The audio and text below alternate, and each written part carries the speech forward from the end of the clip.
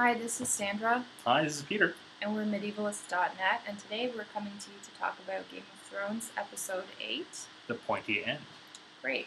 So we're going to start off talking about Jon and Dany and Tyrion because their stories are sort of self-contained and don't really have to go in any particular order. So Jon, I'm glad to see Jon back, and I'm really enjoying the scenes that are on the wall. I find it's like a nice kind of like a horror creepy element to the whole show where everything else is war and planning, plotting murders and all this stuff, and there's this sort of like the supernatural element that's always going on there. And of course they bring back the man that they found when they were doing their vows. And Sam Tarley's like, they don't really have a smell. They should be rotting. It's kind of cold, but still, right? So, someone's like, well, we should burn them, but it doesn't really end up happening in time. And, Jon gets into a kerfuffle with Sir Alistair for, because he taunts him about his father being a traitor. And he gets confined to his quarters, and then all of a sudden, Ghost wakes him up, and he goes into the Lord Commander's room, and there's the dead guy up and running around and attacking him. And Jon spears him, and the next thing you know, it's like right out of a zombie apocalypse movie. He just kind of comes up and pulls it out and comes after them again, and it's just very creepy and crazy. And then Sam mentions the fact that he's been doing a little bit of research and figures out that White Walkers sleep for thousands of years, and they can only be destroyed by fire.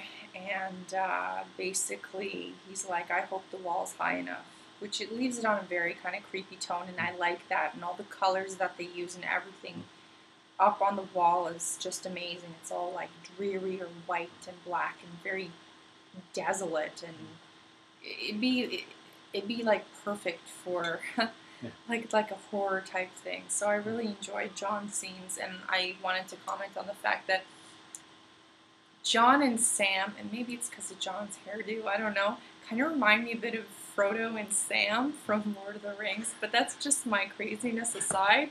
They're all buddy, and this, anyways, just that's my aside. Yeah. So, well, Dany. Yeah, before that, I just like it's good to see that kind of fantasy element kind of come into the show that we haven't seen it too much yet. So, but Dany, she gets kind of one particular scene where the Dothraki have started to do a little enslaving to pay for the ships, just a bit. Just wanted to get that done. She is. Oh, I can't watch this. This is terrible. Which how else were they going to pay for the ships? I guess, but no. So she is trying to kind of smooth things over, making sure that the men don't rape the women and don't kill the little children. She appeals to Khal Drogo about it. This starts off. This leads to one of Khal's men complaining about having to listen to a foreign woman, which leads to a nice fight scene. So the kind of the kill of the day was Khal Drogo basically fighting unarmed against this guy, all the while taunting him. Eventually tears out the throat and tears out his tongue. In a beautiful way. I guess that's one way of showing how strong you are as a ruler. He keeps his ponytail. Yes, he doesn't ever lose a fight. The Khal Drogo, and it's good to also see at the same time Khal is really into Dany. You can see how much she's gaining influence over him. So to a point where he is listening to her,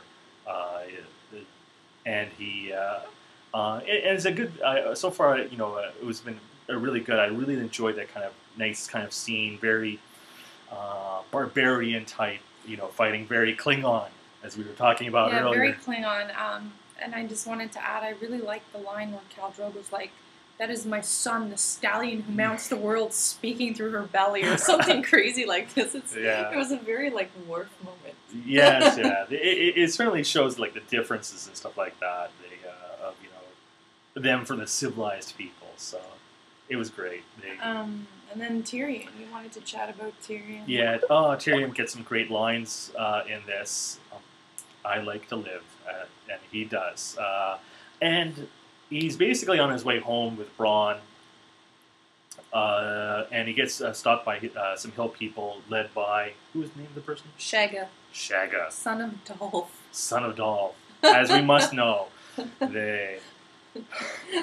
Okay, he's really excited about these like brutal parts.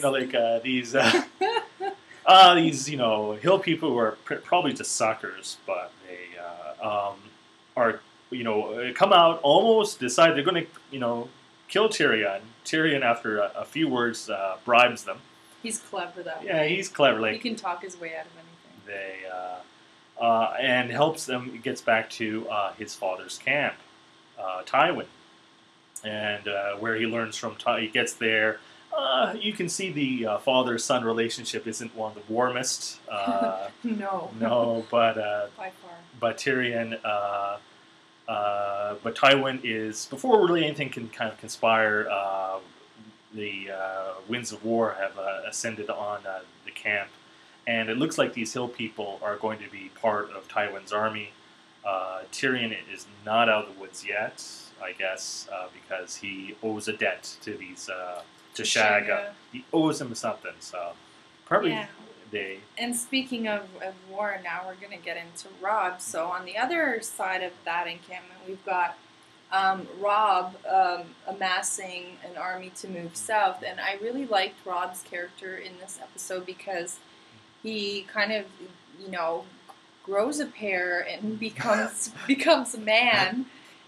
Basically one of his father's bannermen challenged him earlier, and his direwolf jumps up and chomps off 2 of his fingers, and the guy laughs like an insane man. And I guess right then and there, Robb gets like street cred, kind of like Winterfell street cred. Mm-hmm. And basically what happens, is he decides to amass an army and go down 18,000 men.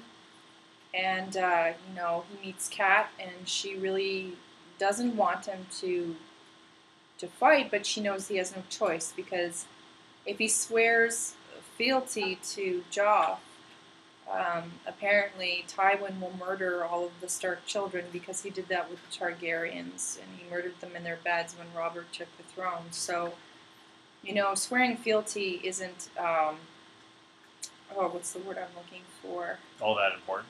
Not that. No, it's not a going to guarantee his safety. It's not like he's going to swear fealty and then Joff's going to be a man of honor and, do the honorable thing. So they have to fight. And at least if they lose and they died trying type thing. So, and he shows a little of this macho type thing when he captures the scout spying, and he's counting the men, and I guess off in the tree or something, and they haul him into Robb's tent, and they're like, raring to execute him. Well, you're not going to leave here without your head. And, instead Robb does this like mafioso thing, and he's like, you tell Tyrion, or not Tyrion, you tell Tywin winter is coming. Yeah. Booyah. And he's like, I'm coming for you. It's awesome. It's like, oh yeah, Robb, pick it up. It's great to see that he's like coming into his own. Mm-hmm. He's like the Lord of Winterfell. He's totally taking on, Ned's role, and because obviously Bran can't. Rickon's a baby, a little kid. Yeah. So I mean, he's out on his own, and Jon's obviously up at the wall fighting ghosts and goblins and whatever. So so I mean like zombies and stuff. So I mean, Robb's on his own, and I think he's doing a fantastic job. And I want to see him.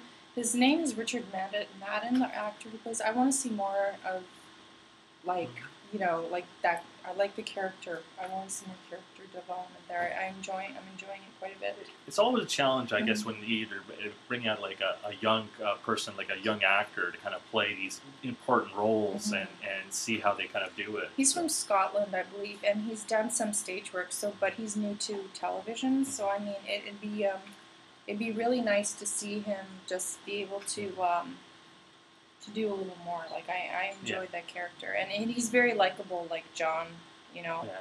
So it's good. Yeah, he gets to show off a leadership quality. And one thing I think, or another reason I think he let the scout go was the scout overestimated his army. So by a couple of that, it was at least 20,000 when he stopped. So maybe he's a bit shrewd in kind of putting that misinformation. Yeah, sort of, to spook the opposing side. And then lastly, we were going to chat very briefly about Ned. It's not really about Ned. It's more about all the people affected by the previous actions in last week's episode. Ned's is now spending his entire time in this episode is being chained up in the dungeons. So pretty much. But his family gets basically attacked. His household they eliminate them. They press their advantage and. We have a kind of a great scene. Like the early scenes are these, they're going in and killing off all the kind of guards and men. And Arya is practicing her swordsmanship with her dance master. And we finally get to see how good he is. Syrio. When he basicly, with a wooden sword, he takes out 5 of the Lannisters' men. And he's going on. He has this fight with the kind of the lead Lannister soldier. Yeah, which seems to look like it's going to go badly for him, but we don't know what happens. He buys Arya time to escape. Yeah, but Arya escapes. Arya winds up killing somebody. That was a shocker. Yeah, that was. It came at me as very sudden, very abrupt. It was this some sort of another boy. I think it was unwitting. Like he was going to turn her in, and she was like, "Oh!" and she didn't realize, I guess, how hard she'd speared him. Yeah, and so it was, and we don't hear from her, and it's assumed that she's in hiding somewhere. So. And then you wanted to talk a little bit about Varys. Yeah, Varys comes in. Basically, he has this one important scene where he's just talking to Ned and telling him about the situation. Basically, he tells Ned, "Well, you're a dead man," which I think everyone agrees with at this point. And I liked, where Eddard basically, well, you know, which side are you on? And he says, well, I'm on the side of the realm. Somebody has to be. Something of that nature. So. Interesting. And, yeah, I think it's starting to, like, I don't know where his character is going. I'm still kind of confused about his loyalties. And, it's kind of a very vague statement to say the realm. Well, what are you? Just there to make everyone happy? So I thought it was a kind of a cool scene, and I like that character so far. Like, he's still keeping me guessing on his motives. So. I just wanted to briefly touch on Sansa, and I just think she's basically a miniature Cersei in training.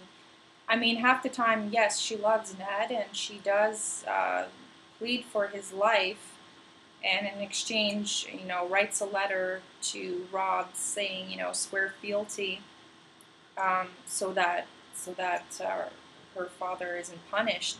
But I think part of her, when she's pleading, it's not so much about Ned. It's, I want to be a queen, and I'm in love with Joff, and my father's ruining this for me. She just wants everything to be smoothed over so that she can have everything go back to normal and she can marry Joff. That's what her, to me, that's what her threat is about. And I just find her very shallow, narcissistic, kind of petulant girl. And then my favorite scene, Sir Barristan Selmy, when he, kind of tells Joff to stick it. They're like, thanks for your efforts, now you're retiring, and he basically gives everybody the old FU type thing, chucks off his armor. They're all tittering, and he's like, listen, I could take all y'all, 5 of you, in one fell swoop and cut through you like butter. And then he just like chucks his sword at Joff and he's like, why don't you melt this down, you little punk? I was like, awesome. I love that. I just thought Sir Barristan's exit was just awesome. He just stuck it to the Lannisters. Like, thanks for all your years of service. We're retiring you. And he's like, no, man, you're not. Go to hell. I quit. It was awesome. I loved it. He stuck it to the man. Go Sir Barristan. So I loved that scene. It was small, but it was poignant in that somebody stood up to the Lannisters. It was great. And one of their former respected knights, too. He stuck it to them. Yeah, we don't see too many scenes of honor in Game of Thrones, so it's kind of interesting to see a kind of a person kind of sticking up for his values. It was good. It was like a Ned moment. Yeah. But anyway, so that's our review this week. Thanks for joining us. It was very enjoyable. I enjoyed it. Yeah, I liked it. It was kind of another kind of a setup episode where we're looking for. It looks like we're heading to battle for the next episode, Things are going to come to a head. and Ned's going to have to make a big decision. Tune in next week for our recap of episode 9, Baylor. Thank you very much. Bye. Bye.